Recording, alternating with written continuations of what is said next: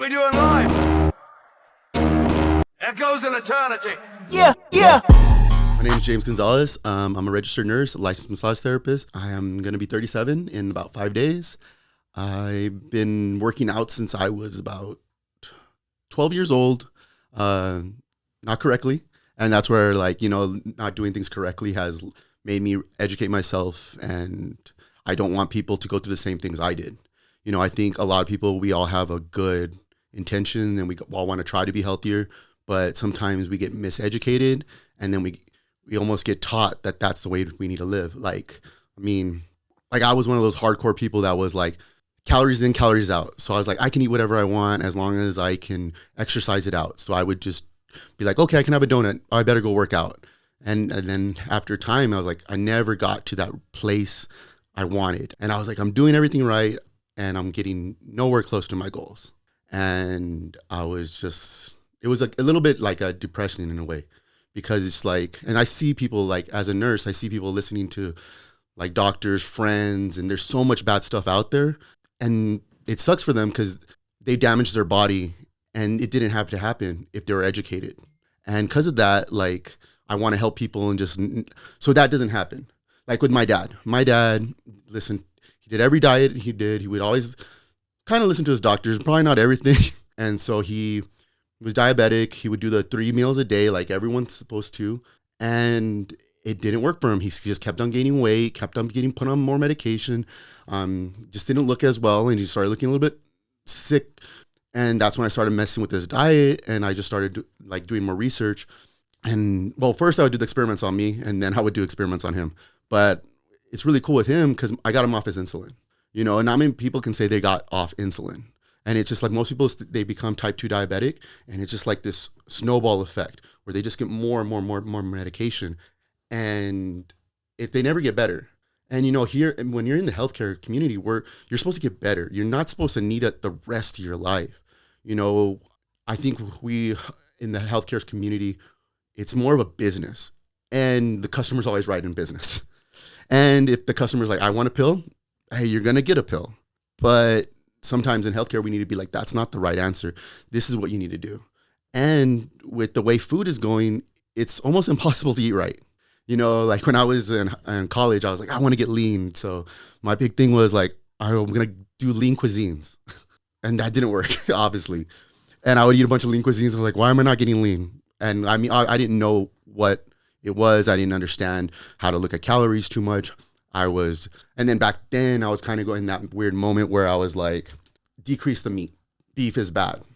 Beef isn't healthy. And and so I'm like, why am I getting weight? And I'm supposedly eating healthy, but why am I getting weight? So there's got to be a different way because there's people that don't try and they look great, and I think it's, what people they go into the grocery store and then they see all these diet sodas and this low fat, low this, and it's so confusing because you can be like, oh, this has no salt, this has no fat, this, and then it just depends. This is gluten free now. Oh, this is no GMO free. And so I think it's almost like you need a chemistry degree to go shopping. And sometimes it's just making a small little change. And I think when people they get into this point where they're pre-diabetic or whatever, they make that small change from Coke to diet soda. And there really isn't much of a change to it. And then they end up, craving more sweets and kind of messes with they're not fixing the original problem. So a better option would have been them drinking water. So my dad, he would do 3 meals a day.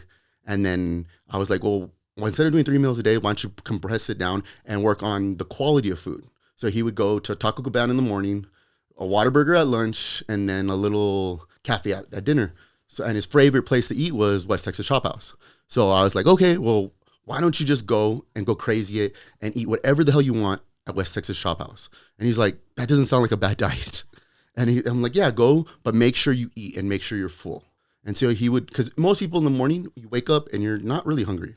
Unless you're like a bodybuilder and you're working out constantly, then yeah, you're hungry.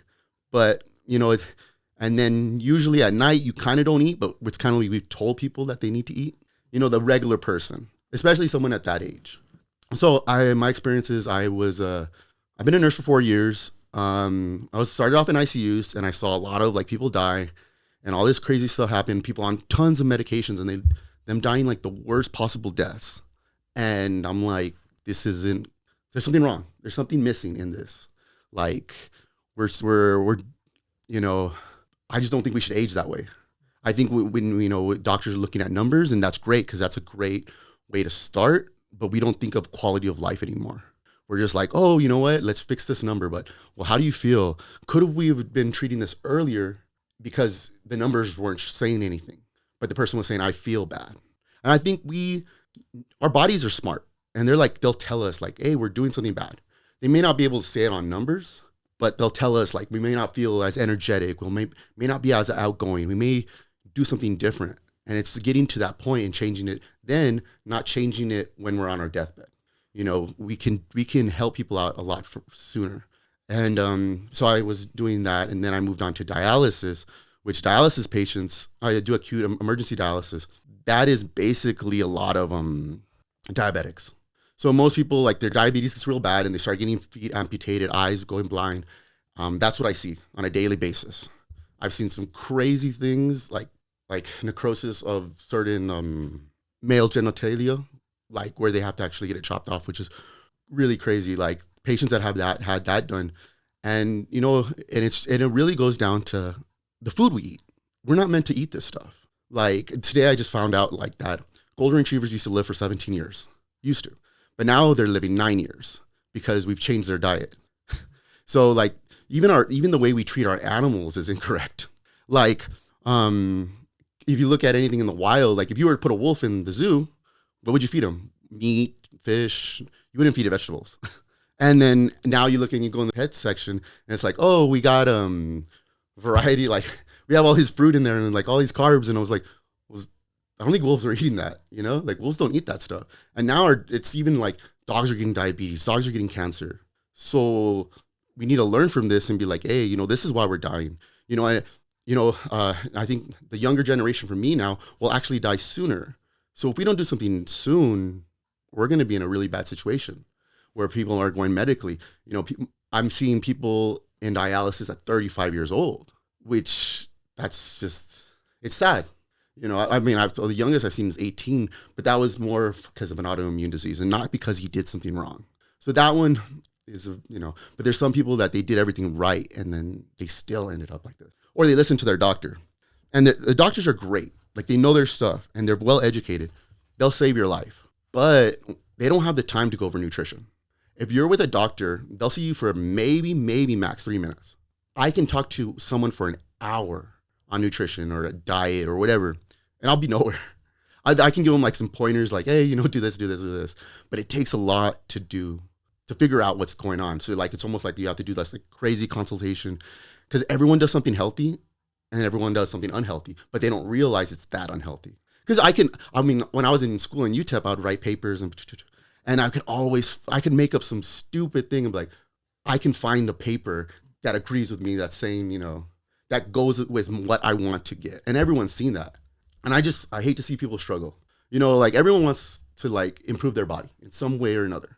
Build muscle, lose fat, do something, be more active, and then I think we tell people I think one of the biggest failures we've done is like people that want to lose weight, we tell them just get in the gym. And I was like, and that's like, back then I used to, like when I was young, I'm not a heavier guy. I'm like I stay relatively lean. It sounds right. I can see that. But in the reverse, I know like when I work out hard, I start eating like it's really like a monster, like, and it's just like, so we set these people up for failure. So instead of like saying like, hey, you know what, maybe you should do this, maybe you should do that. And working out's great if you're eating right. And then I think now in society, like, I guess even when you go into the economy, you think of like, everyone's working. Everyone has 2-3 jobs. That's like the norm now. Everyone's like constantly working and we don't sleep. We don't prioritize sleep. And that sets us up to be, if your sleep's bad, you're not going to recover. You're not going to build muscle and it's going to make you crave more carbohydrates. So it just sets everyone up for failure. But we don't talk about just the simple things. Like the biggest thing I always tell people is like, we know it's right. Like you would never give your dog diet soda, like, or a baby diet soda. Like we instinctively know, but I think it's just almost like, oh, I see that person doing it. It's okay. And then I see nurses all the time in the hospital, and they're just like drinking their diet soda, and I'm like, this is just such a bad thing, because we're teaching people, and they're coming to us for help, and we're teaching them like it's okay to drink diet soda. And for some people, like, I don't live a perfect healthy life. I love Oreos. I love to have a beer every once in a while, probably more than once in a while, but I think at least to know I'm not doing something that's helping my body is important. We don't have to like be so strict. And I think like even like with a bunch of personal trainers and all that stuff, it's like, you got to do this to the T. You need to weigh your food. I have yet to weigh my food. And I mean, so most people hate me because of that, but I've noticed a better result in changing the quality of food to weighing my food and like calculating macros, because it's not all the same.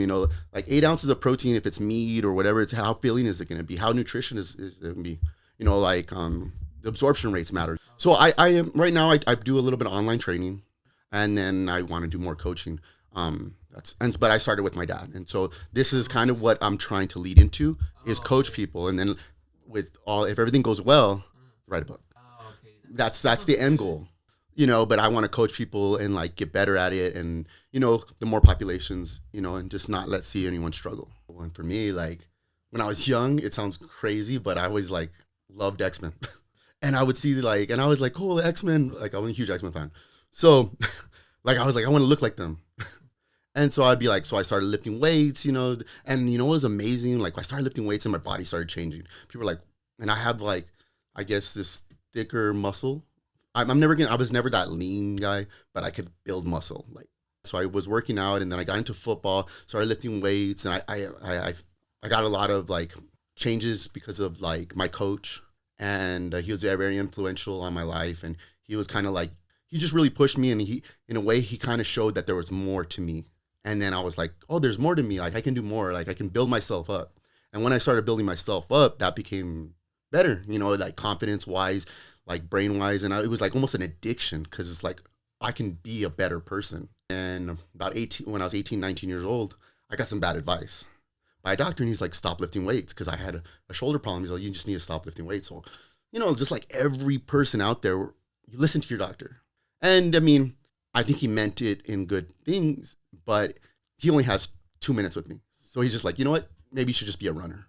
So what did I start doing? I stopped lifting weights, started feeling like shit, started partying, kind of put me down this wrong road. And I was like, I hate the way I feel.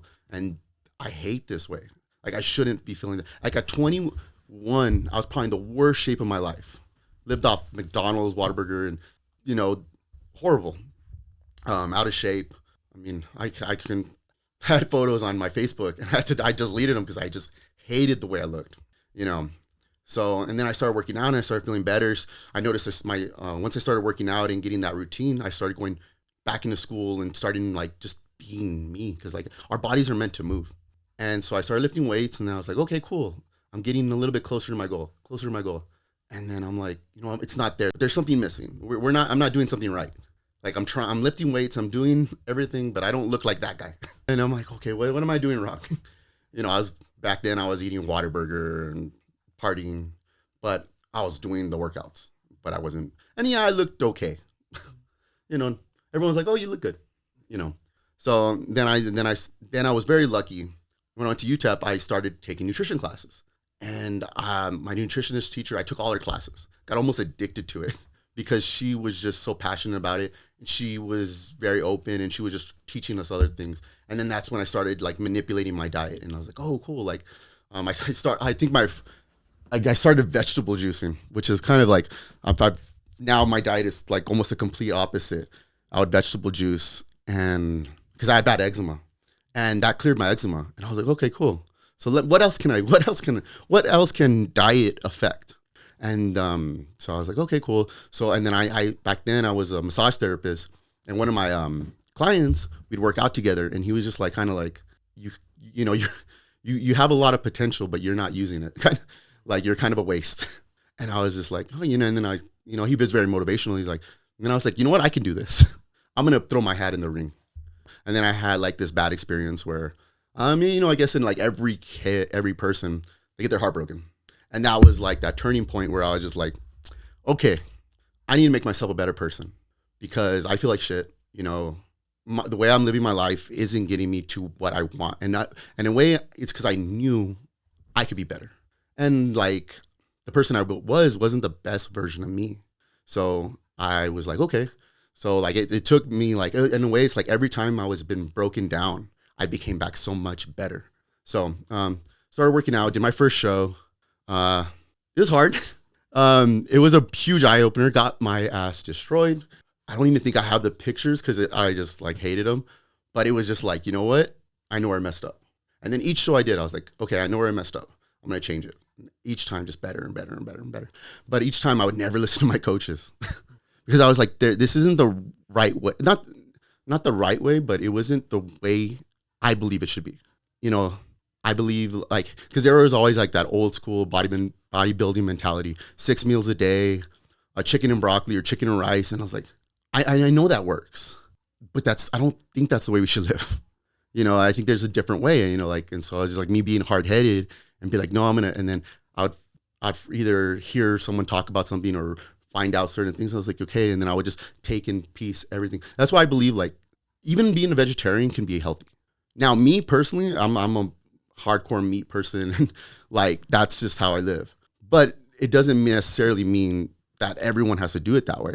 We have so many people that are healthy. You cannot tell what they're eating. I mean, there's some people out there that eat junk food all day and they still look good, but they're doing something else. Like, you know, either their sleep is great and, you know, all that stuff, you know, or they have a stress-free life, or they look healthy on the outside, but they're really unhealthy on the inside. So, or they just show people the unhealthy stuff they eat. But when they go home, they're eating chicken and broccoli. And I think we kind of hide like all this stuff in the fitness community where it's like, okay, I'm going to tell you 80% of what I know. I'm not going to tell you everything I do. And so like the person will do 80% of that 80%. And so it's like really 60%. And then they won't get to that goal because they're only doing it half right. I guess in a way I want to give back because I can, you know, and I see all these people struggling and I'm like, I can help them. And I don't want anyone to struggle like I struggled. Like, I guess in a way it sucked. Like but I was lucky to have some people help me. And in a way it's like, I got to pay it back. I know I had so many influential people, like gym partners, you know, like even my mom, just like this good hearted woman, like you can steal from her and she'll see sorry, which is like, you know, she taught me a lot of stuff, a lot of patience and just, you know, to better myself. Like, you know, think of others more than think of yourself. Because in a way, you don't know what's going through someone's life. We don't really know. And I mean, man, I had so many influential people. It's kind of hard to like narrow it down to one. I was like, even my football coach, and he ended up passing away when I was in high school. That was like a huge turning point before he died. And he made me a strong person, like physically. You know, he showed how tough I was, and he's like he brought that out of me. And he was just very like, you know, he was just a good guy. And so I kind of want to do that for someone, like, because I can, like, and I think it's our responsibility to help people. Like, that's your responsibility. Like, we all help each other. Like, one day, you know, like, someone's going to help me and I'm going to help them, or vice versa. That's just like what we are as human beings. We're a community. We're not solo. It's a community. Like, I'll help someone this way and then they'll help me another way. You know, and I think that's what makes life a little bit better. And that's what makes a community is when we start interacting in a positive way. I think is like something we lost as we moved into these big cities. We don't do that, where we're just like, okay, that's their problem. And then we can be like, oh, we see someone on the freeway and it's like, oh, you know what? Not my problem.